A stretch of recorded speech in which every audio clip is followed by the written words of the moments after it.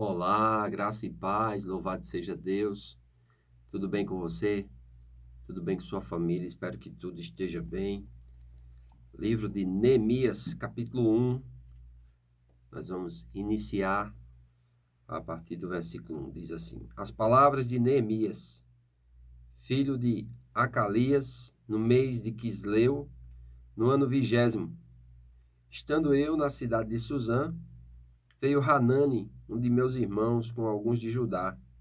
Então lhes perguntei pelos judeus que escaparam e que não foram levados para o exílio e acerca de Jerusalém. Disseram-me: os restantes que não foram levados para o exílio e se acham lá na província estão em grande miséria e desprezo. Os muros de Jerusalém estão derribados e suas portas queimadas. Versículo 4. Tendo eu ouvido estas palavras, assentei-me e chorei e lamentei por alguns dias, e estive jejuando e orando perante o Deus dos céus.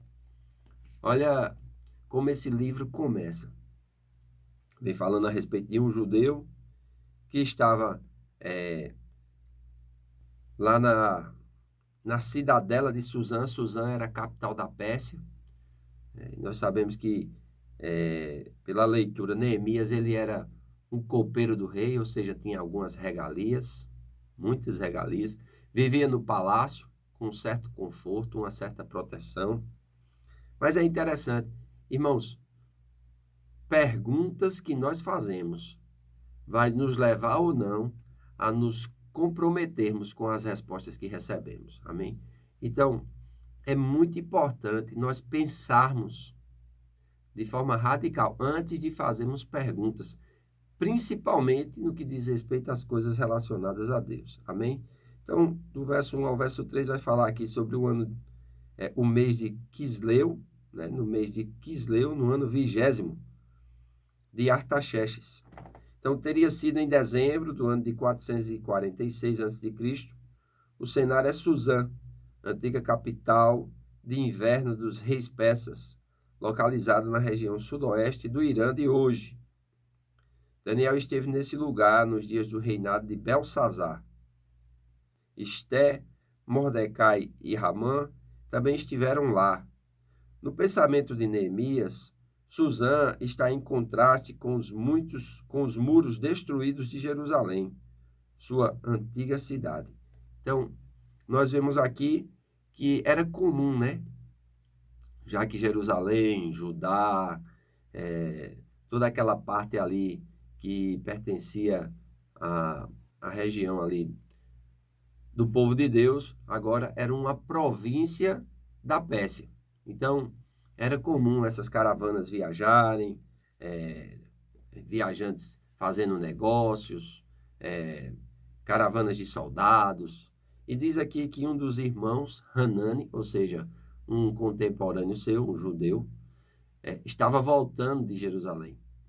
E Neemias vai perguntar a respeito da cidade de Jerusalém, vai perguntar a respeito dos que ficaram e não foram levados para o cativeiro. E a resposta que ele tem, amados, é algo assim que entristece o coração, né? A cidade de Davi, a cidade que Deus escolheu para que o seu templo fosse construído, e o rei Salomão construiu. As glórias daqueles reis haviam se tornado em entulho, muros derribados, portas queimadas, a cidade destruída por causa do pecado do povo. Então, nós precisamos de diretrizes para crescer em piedade. Viver da forma como Deus quer implica em fazer das prioridades de Deus nossas prioridades. Como estão as prioridades de Deus na sua vida? Você tem dado valor àquilo que Deus valoriza? Você tem colocado ênfase no reino de Deus? Tem buscado o reino de Deus em primeiro lugar e a sua justiça? Não. Consequências danosas acontecem quando nós não fazemos isso. Amém? Então, nós precisamos fazer das prioridades de Deus nossas prioridades, levando em consideração que, com frequência, elas são diferentes das nossas. Geralmente, Deus tem um plano mais alto, um plano mais nobre, e nós precisamos de coragem para seguir o plano de Deus e abandonar o nosso. Amém? Deus ainda realiza todas as coisas por meio da sua palavra. Portanto, as Escrituras servem de guia para orientar as nossas vidas de acordo com a vontade de Deus. Compreender a sua palavra e obedecer a ela produz alegria. As Escrituras também nos ensinam a reconhecer que a mão de Deus está por trás de todos os nossos sucessos. Lembre-se, irmão, se você está sendo bem-sucedido em alguma área da sua vida, isso é a mão de Deus com você. Isso é o poder de Deus com você. Não se esqueça disso. É Deus quem nos dá força, é Deus quem nos dá habilidade, é Deus quem nos dá poder. É Deus que nos sustenta e nos mantém de pé. É Deus que nos leva para longe de uma vida pecaminosa, indiferente da sua palavra. E nós precisamos buscar a Deus.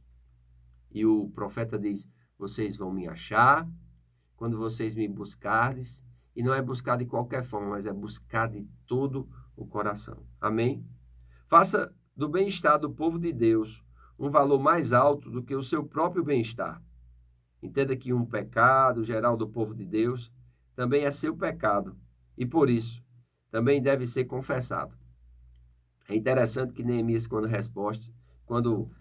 escuta a resposta de Hanani, ele diz assim no versículo 4, tendo eu ouvido estas palavras, assentei-me e chorei e lamentei por alguns dias. Ele não ficou indiferente à resposta.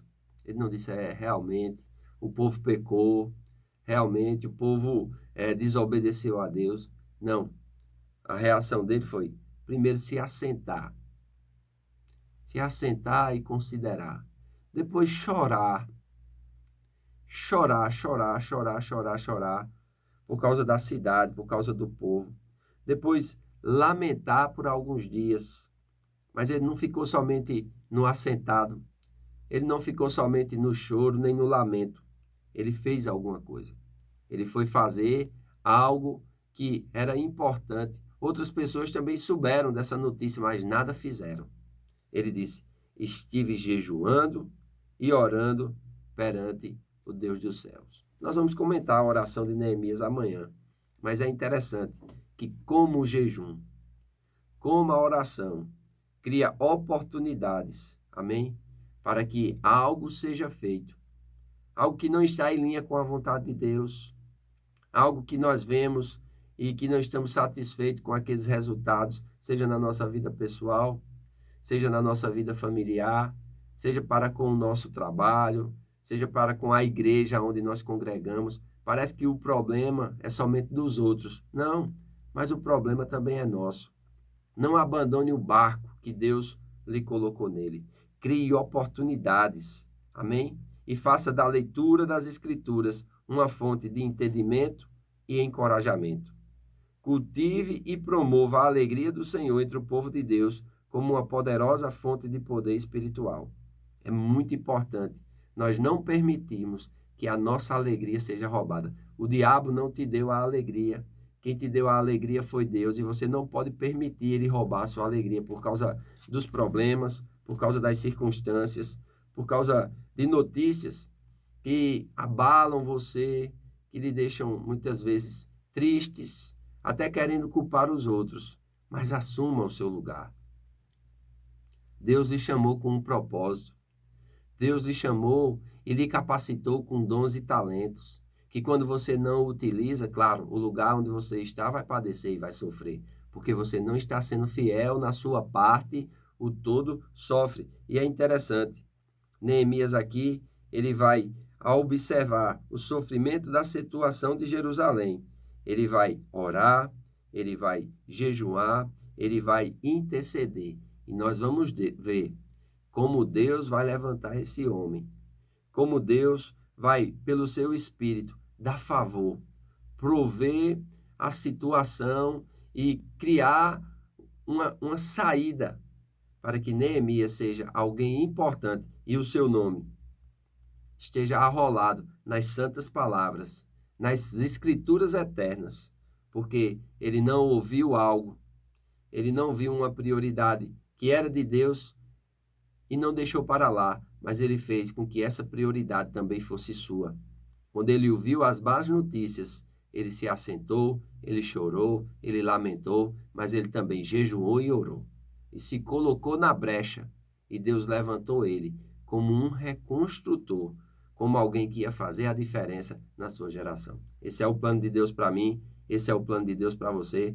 Não se esqueça disso. Amém? Se você não é inscrito no canal, se inscreva, acione a notificação para receber, acione o sininho para receber as notificações, curta, comente, compartilhe. Fazendo assim, você nos ajuda a levar o evangelho a mais pessoas. Faço votos por tua prosperidade e saúde, assim como tua alma prospera. Que Deus te abençoe e até amanhã.